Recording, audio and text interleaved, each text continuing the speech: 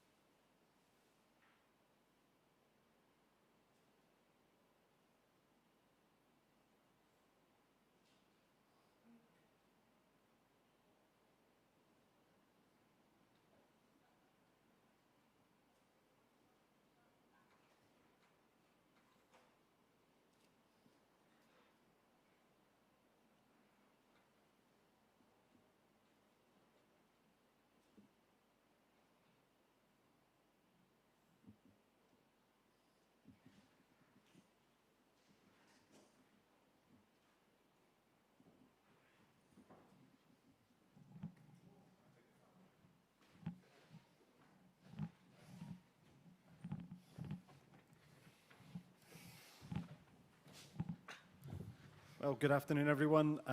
Delighted to welcome the 2011 Champion Golfer of the Year, Darren Clarke.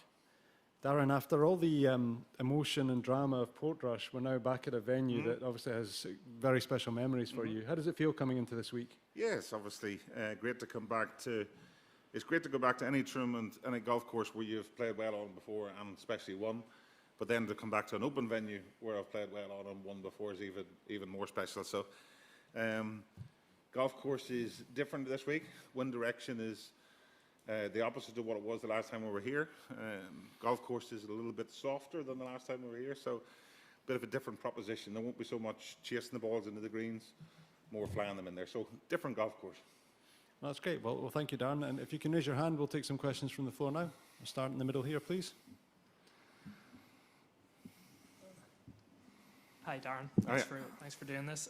Even though it's 10 years ago, because the tournament hasn't been held at Royal St George's since, is there almost an element of you're defending here this week? No, I wouldn't say it's 10 years is a long time. Lots of opens have come and gone, but obviously I was the last winner here at Royal St George's. So to come back, as the guy who won it the last time is still it's a huge privilege, My name, all I ever wanted to do from a young kid when I was going and practicing was to get my name on the claret jug, and I was able to do that here. So this is always going to be very special to me. Okay, next question in the back, please. Hi, Darren. Thanks for talking to us. I followed you a bit today. You looked like you were really enjoying yourself. Yeah, we were having a laugh, having a bit of fun. Rory giving you a bit of advice, I saw, with the irons. Are you giving him any advice on how to handle himself around? He's not struggled. He's won tournaments, obviously, yes, but he hasn't won a major for a while. Yeah. Well, we're both because I haven't been back in the UK since November 2019. So I haven't, for playing schedule and obviously COVID, everything that were going on.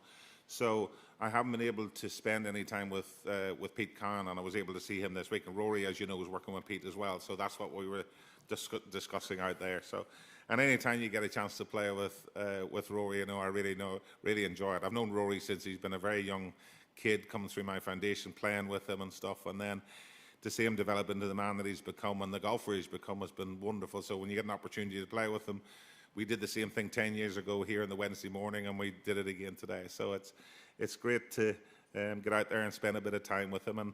And he's working away on things, and as you say, it's been a while since he's won one, but he's unquestionably got the talent to win many more of them. And it's just a case of, I think, things clicking in place for him. I know he's working diligently and doing a lot of work with Pete to try and hit the ball the way he wants to hit the golf ball. So this week there's going to be a premium on keeping it on the fairways, as you can see out there. That long stuff is really long and thick this week. So we'll see. He's working really hard. He hit some great shots today. He hit a couple of maybe ones he didn't want to hit, but that's part if you're working on doing it. And today is the day to do it. Today is the day where maybe you'll hit a driver here that you won't hit tomorrow, or maybe over the weekend. So I think he was doing that today as well. So we will see. But there's no questioning his talent. I think he's one of the most, if not the most, naturally gifted player in the world. So it's only a matter of time before he starts winning again. The next question back left, please. Just looking back again to 2011, Darren, can you remember your mindset coming into the tournament? And do you think that Royal St George is a course for outsiders? My mindset coming into the tournament, I played really well the week before. We were in Castle Stuart playing the Scottish Open, and I played really well the first couple of days. I think we had one day washed out, or so. I think it might have been back down to a 3-round tournament. And then my last round, I didn't play particularly well, nor did I putt very well. So my mindset coming here was more frustration than anything else. And for the people that know me, that's a pretty common thing. Was a common thing with me. And it was the same. My ball striking was really, really good here, and I spent a little bit of time with Dr. Bob Rotella on the putting green on the Wednesday prior to the tournament, and he cleared my head, because if things aren't quite going well, I tend to go back into technique, and that's not always the solution to scoring.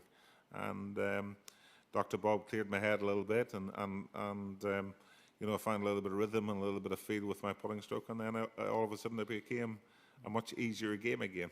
And that week, my whole attitude that week changed when I thought I could hold a couple of putts. I was very relaxed. I didn't look at the leaderboard on Sunday until I walked off the 16th green, which was a nice thing to look at when you got a 4-shot lead. I didn't know that at the time, but I was just trying to do the best that I could possibly do that day. And my whole mindset was very accepting, because this golf course, you can hit really good shots, but because of the undulation, like any links, but here maybe a little bit more, especially if it's firm and fast, you can get some funky bounces, should we say. That's part of playing links, but here sometimes it can get a little bit worse. And I was very prepared to accept it that week. And in terms of outsiders, Royal St George's has produced some of the greatest winners, some of the greatest players, and there's been a few surprises. In terms of myself, I've been up there with numerous chances to win majors, all the different majors, and didn't quite manage to do it. But at 42, would I have been somebody who would have thought would have had a chance? Not particularly. But I'd won a month before we came here in Spain, so I knew I was playing well.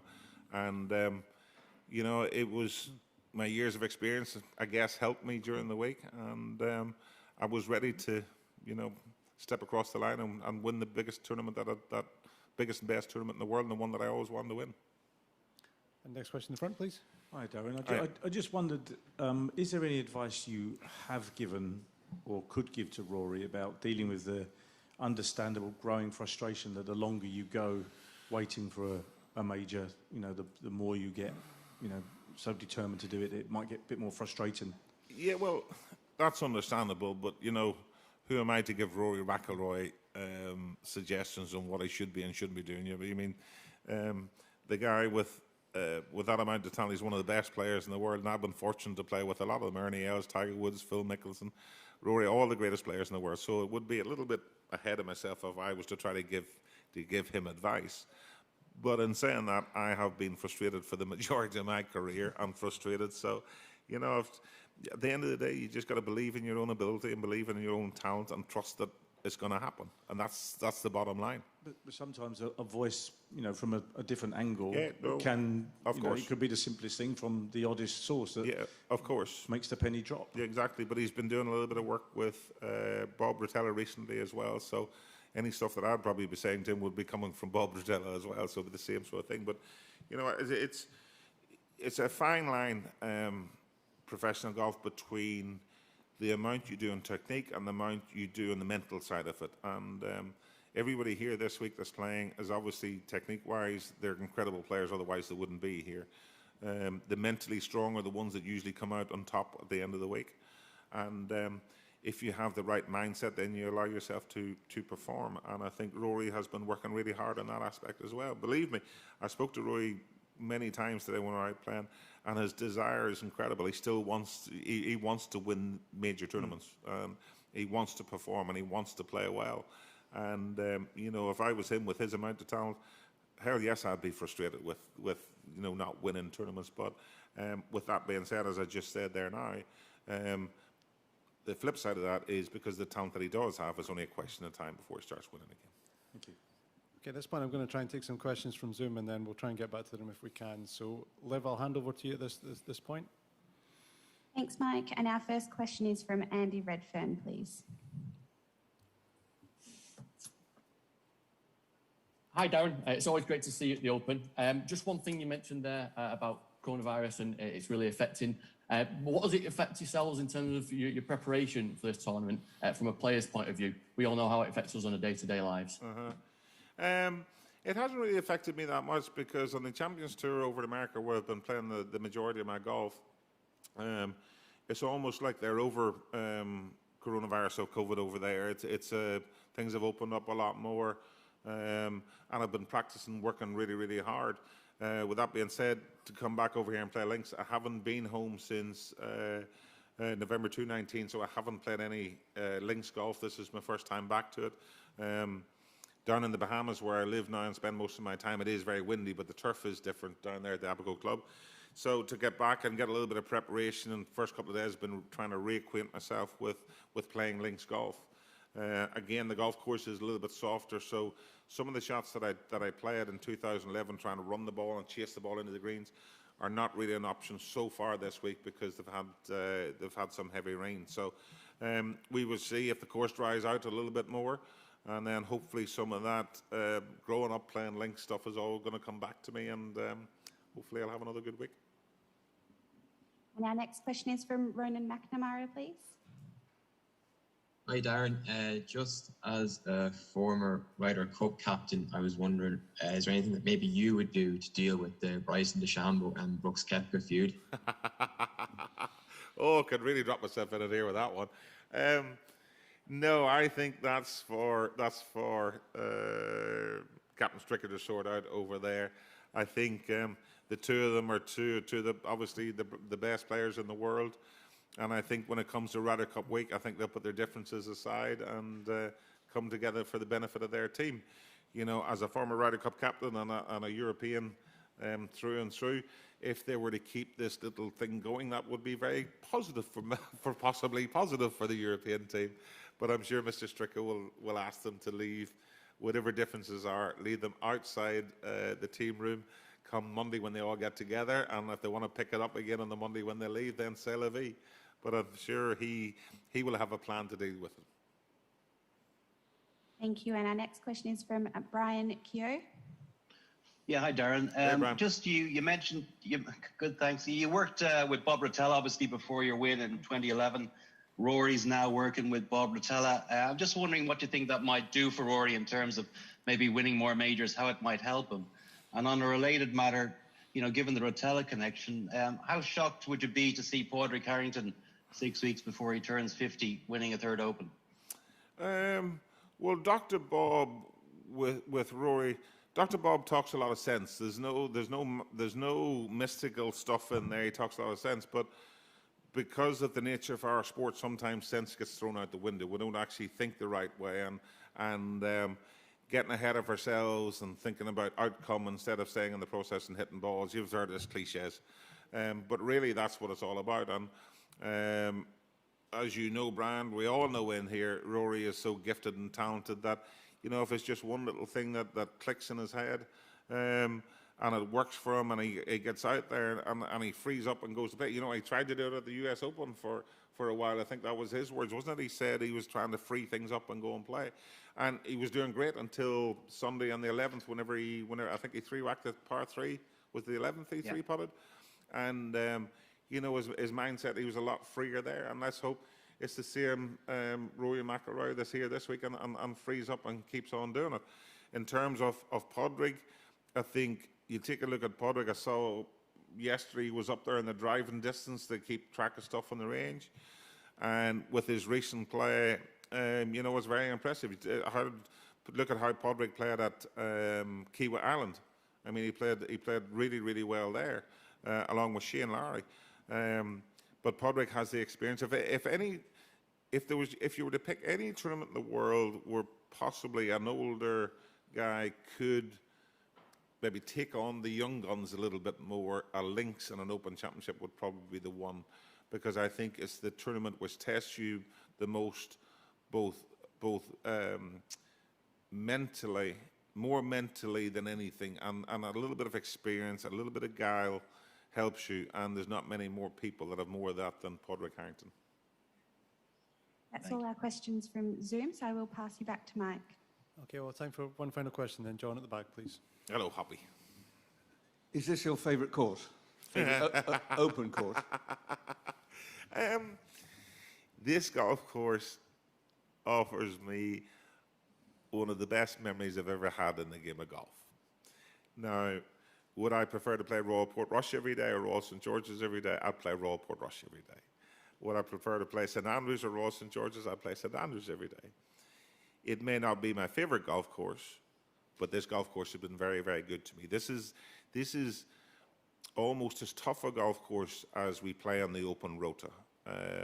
Carnoustie, when it was set up the year Paul Lawrie won, that was absolutely brutal, but Royal St George's is as tough a test as we play. The other open venues, I think, give you more opportunities to score than what Royal St George's does. I think Royal St George, you know, when I was out playing the past 3 days and going around the golf course, I was thinking, how did I ever win here? It was one of those, the course was playing that difficult in the breeze, but I did. So this will always be one of my favourite golf courses. Well, on that note, Darren, it's great to see you back at Royal St George's again. Best of luck this week. Thank you. Thank you, gents.